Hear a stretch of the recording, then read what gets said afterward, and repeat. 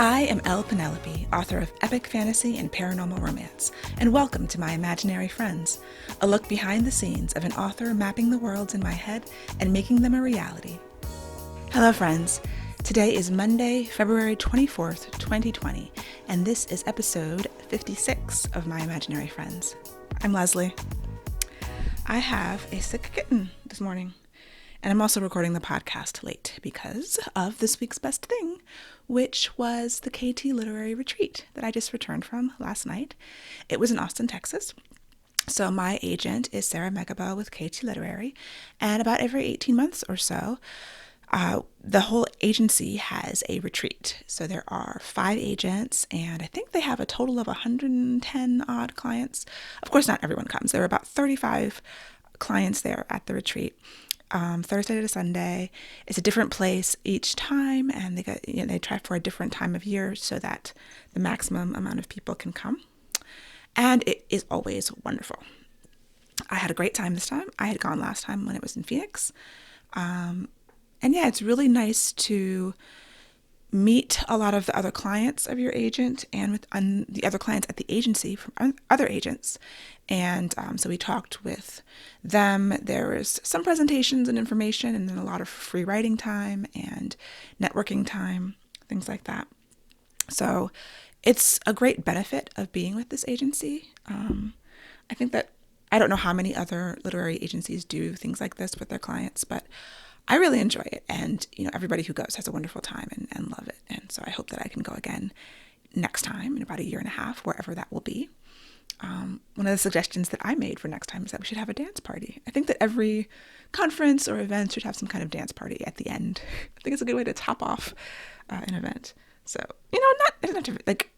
just get a playlist on your phone and some speakers and a room and with a floor that's flat, and then you can dance. That's all you need.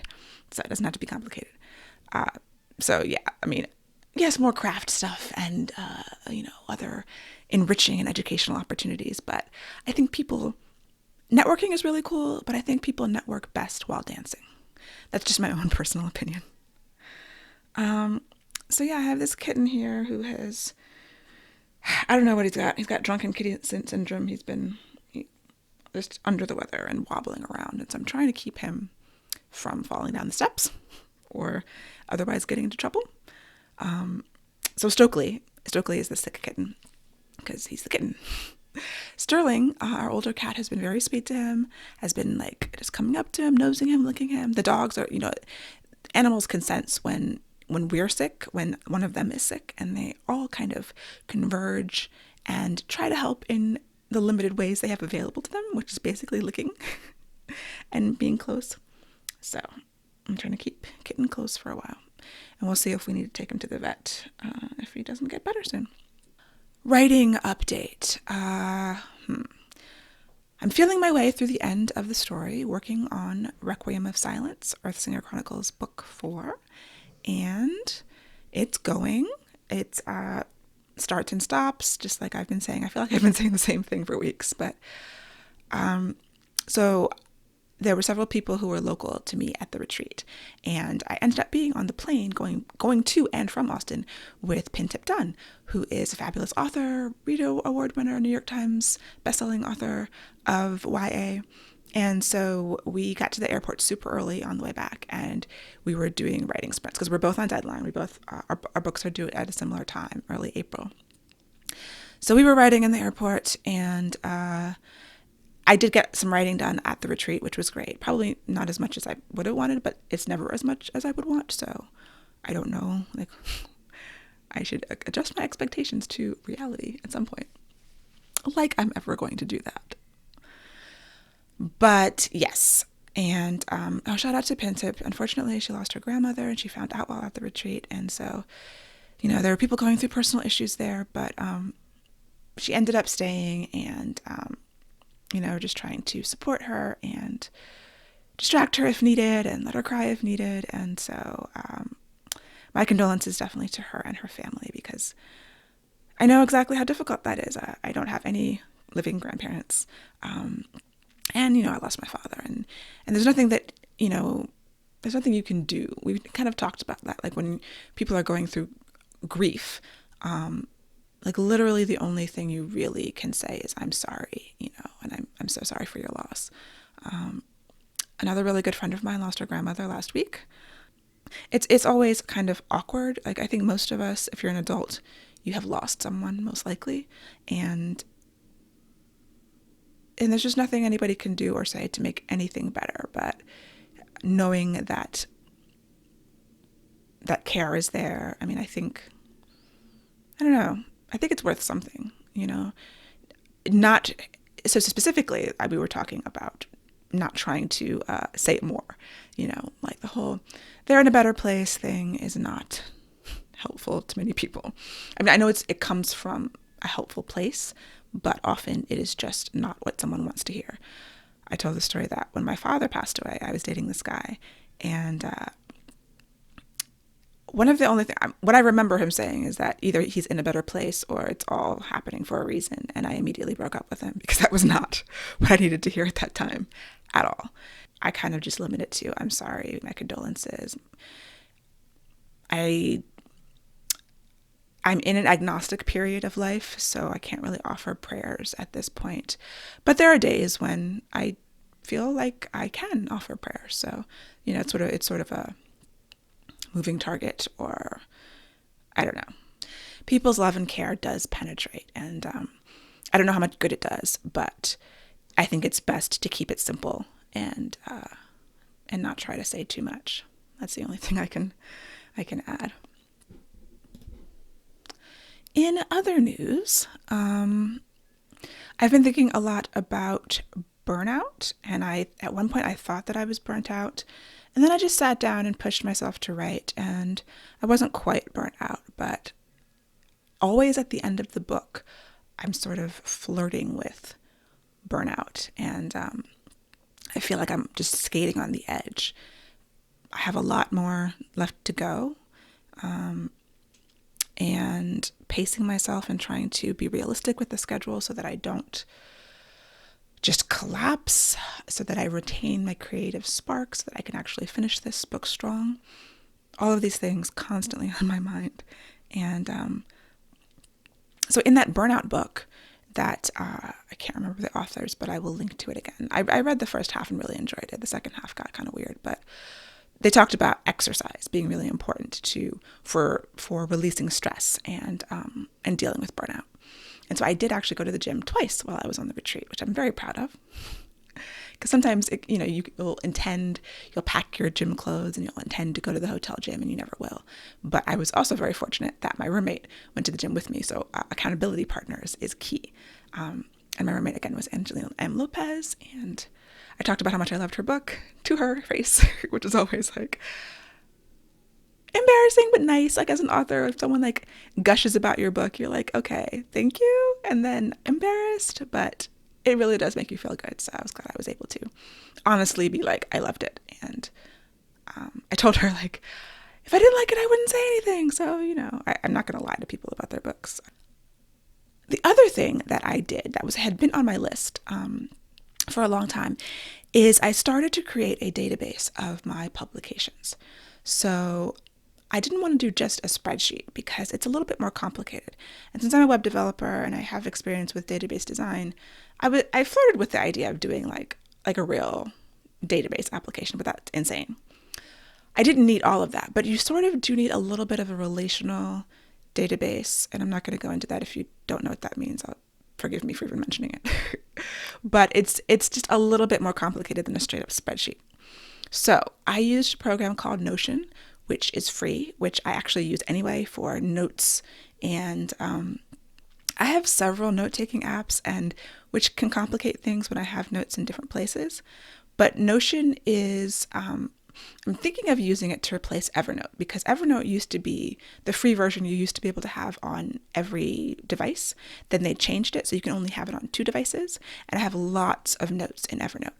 Notion is still free across devices, so I can have it on both of my computers, my iPad, and my iPhone. And that's really nice. And so, yeah, I use it for my podcast notes. I keep the weekly notes that, like, as I'm going through my week and I think of something that I can talk about on the podcast, I put it in Notion because I can do it on my phone or on my computer. So anyway, I am also using it to create a database of books and publications with the publisher, whether it's self-published, the rights held, the dates of publication, the links. There's a bunch of other stuff that I'm keeping track of, the ISBNs. And Joanna Penn has talked about this before, and I think it's really wise to have this in one place. And I have the stuff in other places, but kind of scattered.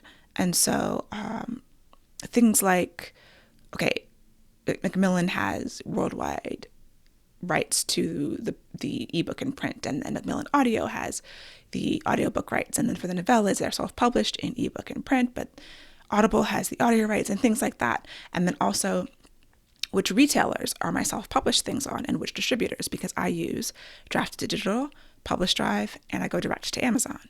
And then some books are direct to Kobo. So just having all of that stuff in one place, in one quote unquote database, I thought would be really helpful. And I had been wanting to start that process of creating that and putting it off. So it was one of those things on my list that would just get shifted week to week to week.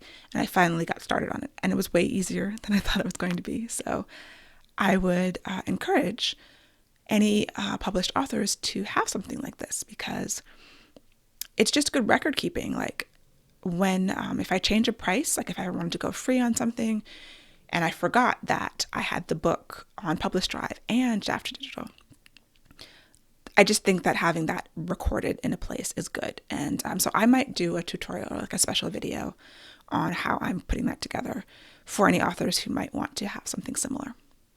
And that will be in the future. And if anyone is interested in this, just remind me it's going to be on my list, but obviously things get pushed from week to week to week on the list, but I'm kind of excited about this. So when I get a block of time free, I'll set it up. Also, the latest Writer's Well, as of last week, the Writer's Well podcast, was talking about boredom and cultivating boredom. And that's something I've been thinking about a lot as well. Because of smartphones and, there's always a way to distract yourself and to entertain yourself. When people are standing in line at the grocery store, they're on their phones. You'll go into restaurants and people will just be on their phones and not talking to one another. And also just not having quiet time to think. I think creative people need to cultivate boredom. And I know that there's a lot of people who talk about this, but I do take time where I just kind of sit and think. Like I'll just be like, just sit on the couch and not have the TV on, not listen to a podcast, not have my phone on, not be on my phone, and just, think about things, like look out the window. When I work out, sometimes I use music, but a lot of times, like the majority of the time, I don't. I just use that time to daydream, to think. I tell stories in my head. Like I have things running. There's stories that I don't ever write down because I don't have the time, but they just play in my head. And I think I've always been that way. That's kind of one of the reasons why I'm a writer, because I would always have these ongoing stories, like movies playing in my head. And sometimes I would get to the end and I wouldn't want it to be over. So I would rewind and change one thing and then go down another path with this story, with these characters in my head, and just make things up. And, most of these things never got written. Occasionally I will write them down and they'll become something more. But I think that's just really good for creativity. And as I think about burnout and feeling kind of creatively dry and hitting these walls over and over again in the story, and then sort of backtracking and reworking, I think that focusing on having that time to daydream and moodle and be bored and just allow your mind to wander without directing it to a form of entertainment or any news or whatever other things that, all the myriad things that can occupy our brains and our time, is really helpful. So yeah, cultivate boredom, daydream more, spend some time just staring out the window thinking about things. And I think that it will positively affect creativity. So I do have announcements. The most pressing one is that if you're listening to this in real time and you are in the Maryland area, I will be at Charm City Books on Wednesday, February 26th at 7 p.m. I'll be doing a reading, I'll sign books, and I will do a sneak peek of Cry of Metal and Bone, which is book 3. So if you're around and available, hope to see you there. Also, we are able to announce I'm part of a new anthology. I'm so excited about it. It's with Jeffy Kennedy, Grace Draven, and Melissa Marr, who are all amazing authors, and it's going to be called Under a Winter Sky. It's going to be released this winter, so around November, so for like a holiday anthology of fantasy novellas. And Jeffy Kennedy was making fun of me on her podcast the other day about how I had said that I had already drafted my novella for it, which is only because, okay, a couple of reasons. I drafted it because I needed to know what happened in it because it's book 3.5 of Earthsinger Chronicles, and I needed it for book 4. So I kind of did a quick and dirty fast draft. It is not just a matter of just some quick cleanups. It's a big revision that's needed for this novella. But I just needed to know what happened. And I also kind of keep going back and forth as to whether this is the novella I'm going to do for the anthology. Like, when I was first presented with the idea, I was like, oh, well, this isn't a natural fit for book 3.5. And I think it is. But it's not due until like October, I think. So I still have time to change my mind. Yes, I do have a fast draft already. And it's not just because I'm an overachiever, although I will cop to being an overachiever. And high compliance, which is just my personality. But being high compliance is not all about only following rules, because I do have these anti-authoritarian leanings. So I follow rules that make sense to me, that I agree with. Other rules that don't make sense to me, that I think are stupid, I don't follow. If that makes any sense. So yeah. And I honor everyone else's process, but I'm definitely the person who had my paper done like a week in advance so that I could proofread it and obsess over whether it was right. Doing things at the last minute never worked for me. I know so many authors who stay up all night, before deadlines, like the week before deadline, they don't sleep at all. That's not me. Even when I was doing the 48-hour film project, and I literally had 48 hours to write, shoot, edit, score a film, a 7-minute short film, I managed to sleep. Other people stayed up, the other teams and like directors, would stay up the whole time. No, I always scheduled it so that I could have at least 4 or 5 hours of sleep each night and still make what I thought was a cool film. And I'm putting those films up on YouTube at the request of my husband. There's one I can't find. I'm going to have to rip it off the DVD. So at some point, they'll be linked to from somewhere. If anybody's interested in seeing my 48-hour film projects, I'll put them on my author website in some capacity, and I will hopefully remember to make an announcement when I do that. I think those are my big announcements. I'm also doing an event in May in DC, Imaginarium Book Festival, which I'm super excited about. Jody Meadows is the headlining author there, and that should be a lot of fun. I said before that I'm doing fewer events this year, so I'm trying to figure out the rest of the year and what I really want to pay for. Places I want to go, people I want to see, and things that I think will be beneficial. And I had said that I'm going to focus more on craft and as opposed to more reader-facing stuff. So hopefully by 2021, when the series is done, the 4th book will be out sometime early 2021, I will be re-energized and be ready to do a lot more promo and push the completed series, and then hopefully be ready to push whatever comes next. But yeah, dealing with exhaustion, too much travel last year, too many things happening, and I'm just tired. So I think that is everything that I wanted to talk about this week. And this podcast is late because I'm recording Monday morning, so I apologize to anyone who expects it bright and early Monday. I'm the kind of person that I listen to my podcast the same time every week. So if they're late, I'm like, what happened? Is there nothing? I had to go check people's social media feeds to make sure that they're alive and nothing bad happened to them and they're still going to be podcasting. So not that anybody is as obsessive as I am about those things, but I do like to have a schedule. And it was just this weekend I didn't have any time to record. And last night I came in late and I was exhausted. So yes, but I hope that you have a wonderful week, and I will talk to you next week. For episode show notes and to sign up for the Footnotes newsletter with the show notes in them, go to myimaginaryfriendsshow.com.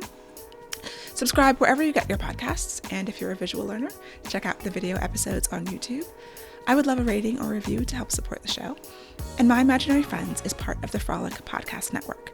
For more fantastic podcasts, go to frolic.media/podcasts.